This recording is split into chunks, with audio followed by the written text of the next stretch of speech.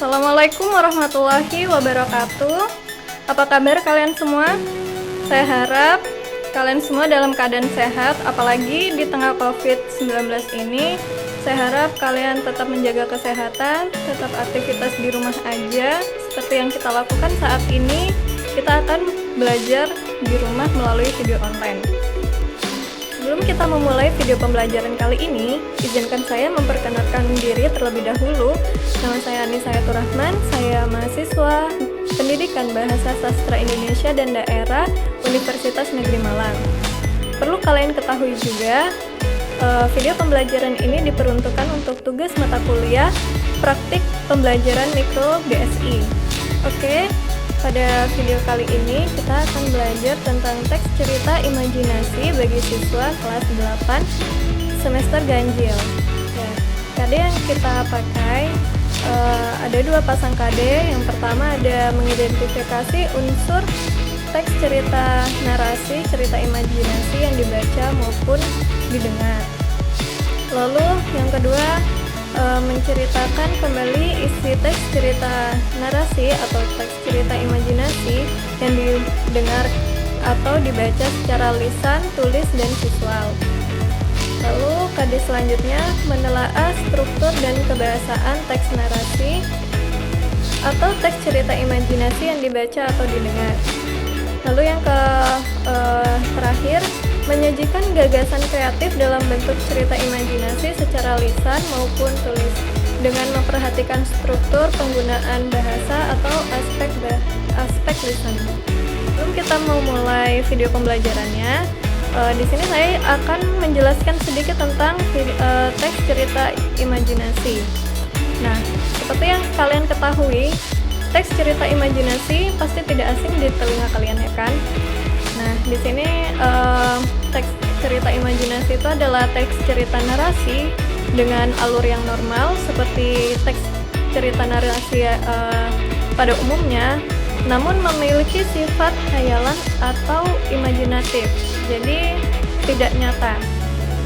Jadi ini teks cerita imajinasi bersifat fiktif. Untuk struktur teks cerita imajinasi sendiri, seperti pada teks cerita narasi lainnya, yaitu ada orientasi, komplikasi, dan resolusi.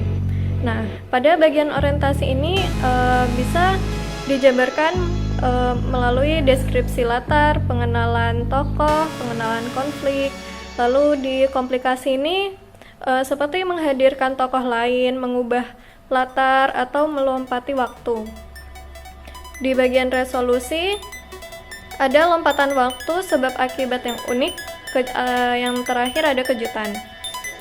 Lalu saya akan menjelaskan sedikit tentang pengembangan pola struktur teks cerita imajinasi yang saya jelaskan tadi. Di bagian orientasi ada deskripsi latar. Nah, jadi contohnya itu pengenalannya itu kalimatnya merupakan deskripsi sebuah latar atau tempat kejadian. Contohnya seperti ini. 3 rumah bergaya kerucut menyambut mataku. Ketika aku memandanginya satu persatu, ternyata rumah itu memiliki model yang sama. Nah, jadi dari penjelasan tadi, deskripsi latar itu terdapat pada 3 rumah bergaya kerucut. Seperti itu. Lalu ada dikembangkan dari tokoh lain. Dikembangkan dari tokoh lain itu pengenalannya itu mulai dari tokohnya terlebih dahulu yang dimasukkan.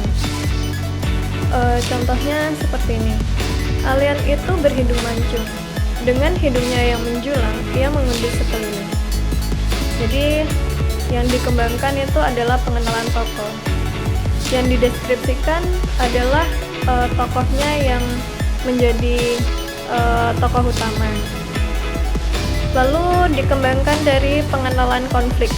Jadi di pengenalan konflik ini di bagian orientasi langsung dimunculkan konfliknya.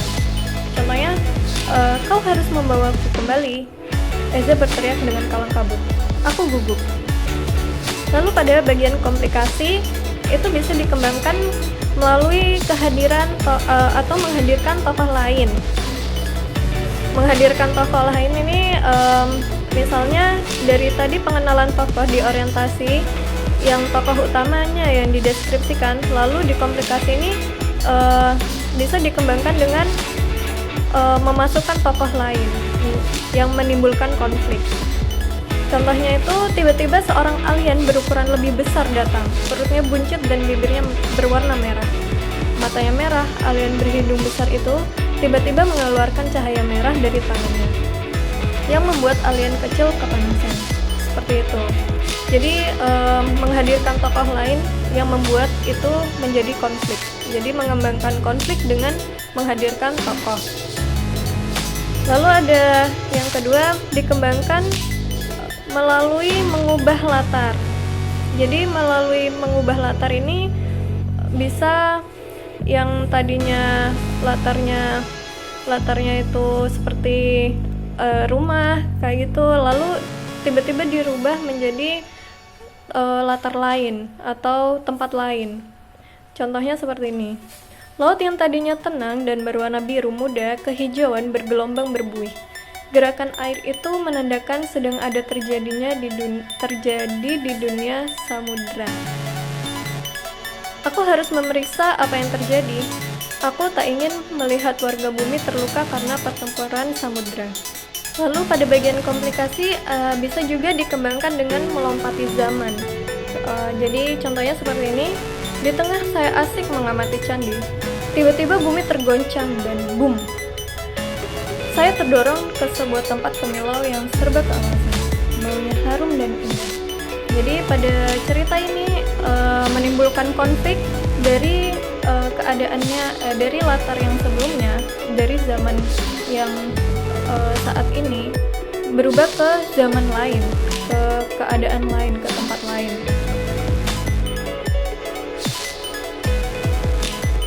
Lalu ada resolusi. Resolusi ini bisa kita membuatnya dengan mengembangkan dengan melompati waktu. Contohnya, 2 tahun kemudian, Sparta telah sampai di galaksi Andromeda dan bertemu dengan Ozzy.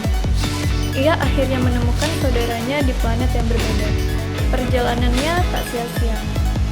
Jadi di sini untuk menyelesaikan masalah kita itu mengembangkan dengan melompati waktu. Jadi dari yang tadinya permasalahannya ada di 2 tahun yang lalu, ini melompati dengan tahun yang berbeda.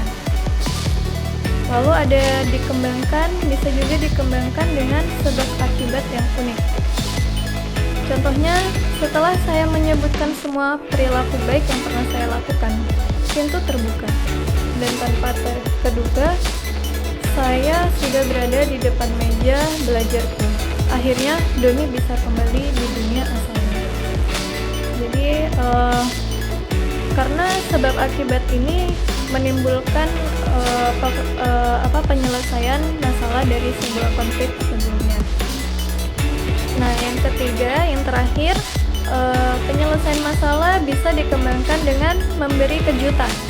Jadi contohnya itu seperti ini. Putri Candi menguap.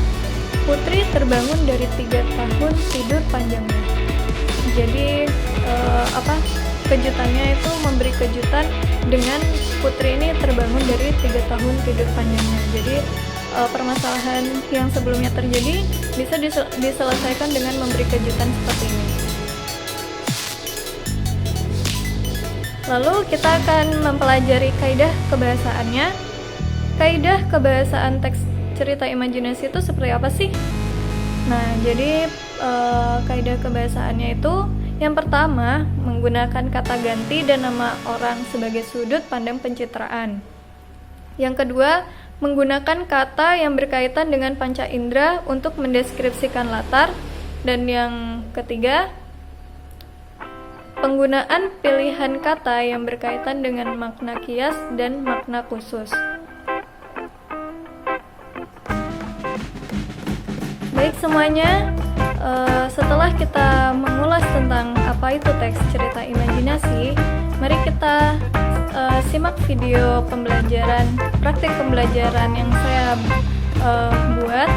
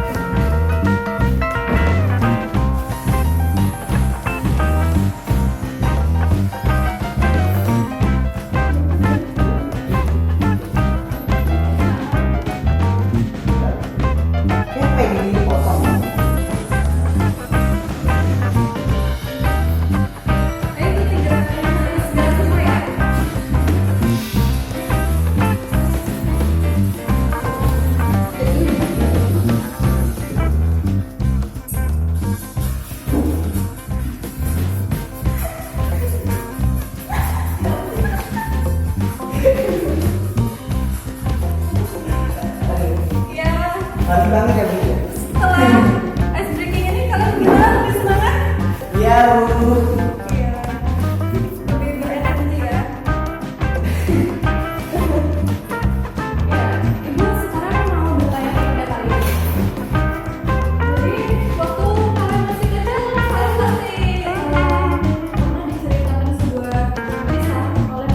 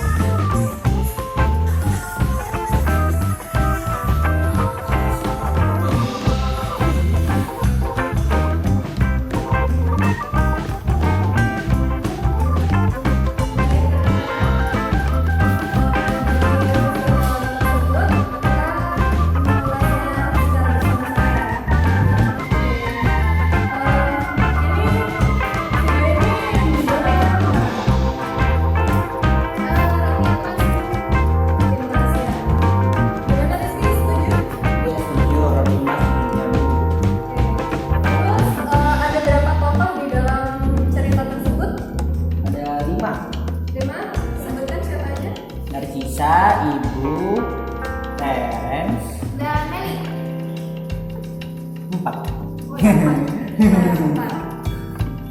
Lalu siapa tokoh utamanya? Narcisa. Nah, apa yang dialami oleh Narcisa? Masalah apa? Konflik? Narcisa dilamar pangeran nih. Lalu apa yang terjadi setelah Narcisa dilamar pangeran? Jadi Narcisa itu memiliki sifat angkuh gitu. Dia punya menjadi pangeran. Kayak emasnya juga menjadi emas, petak emas. Kalau ini aja dia menjadi emas.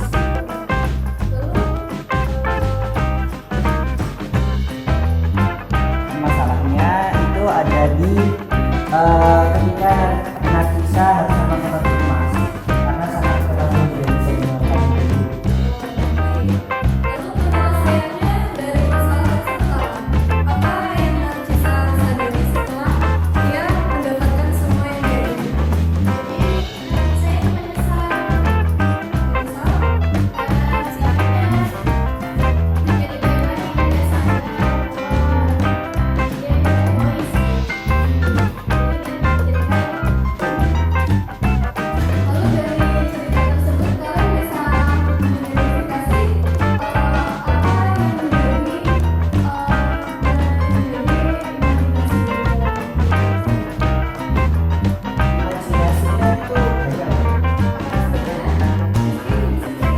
Kereta emas, roti emas, portal,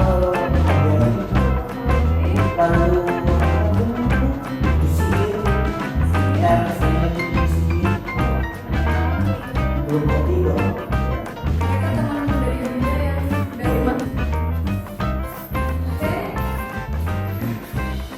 Lalu kalian bisa menyimpulkan apa saja yang